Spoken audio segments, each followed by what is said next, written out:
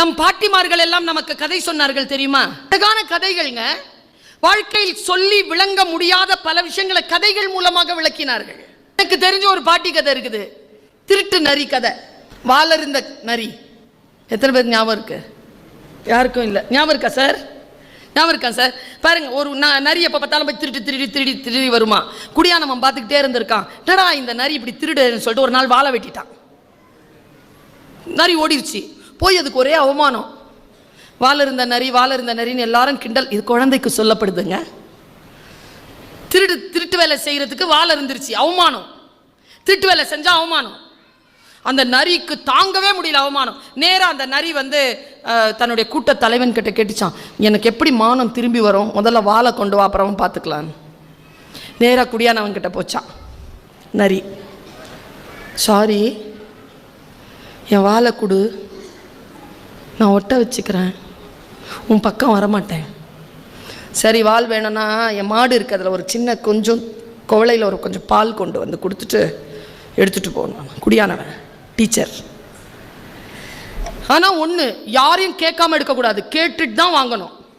நரி நேராக போச்சான், மாடு கொஞ்சம் பால் கொடு. குடியானவன் கேட்குறான், என் வால் வாங்கணும். மாடு சொல்லிச்சான், அப்படியே பால் கொடுத்தா ஒரு கட்டு புல்லு கொண்டாந்து போட்டு பால் வாங்கிட்டு போகணும்.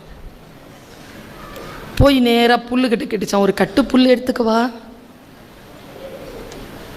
எடுத்துக்க, ஒரு வாளி தண்ணி ஊற்றிட்டு எடுத்துக்க. நேராக ஆற்றுக்கிட்ட போய் நின்று, நான் ஒரு வாளி தண்ணி எடுத்துக்கவா, புல்லுக்கு போடணும், புல்லு கிடைச்சாதான் மாட்டுக்கு பால், மாட்டுக்கு பால் கிடைச்சாதான் வால் கிடைக்கும், கொஞ்சம் தண்ணி எடுத்துக்கவா. என் கரை உடஞ்சிருக்கு, கொஞ்சம் மண்ணை கொட்டிட்டு தண்ணி எடுத்துகிட்டு போனுச்சு.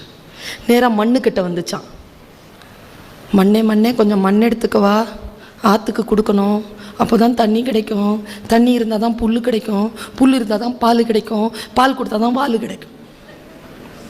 சரி, அங்கே ஒரு விதை இருக்குது, எடுத்து விதைச்சிட்டு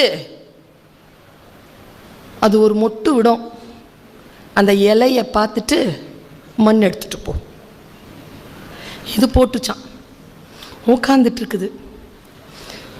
செடி முளைக்க 1 மாதம் ஆச்சான்.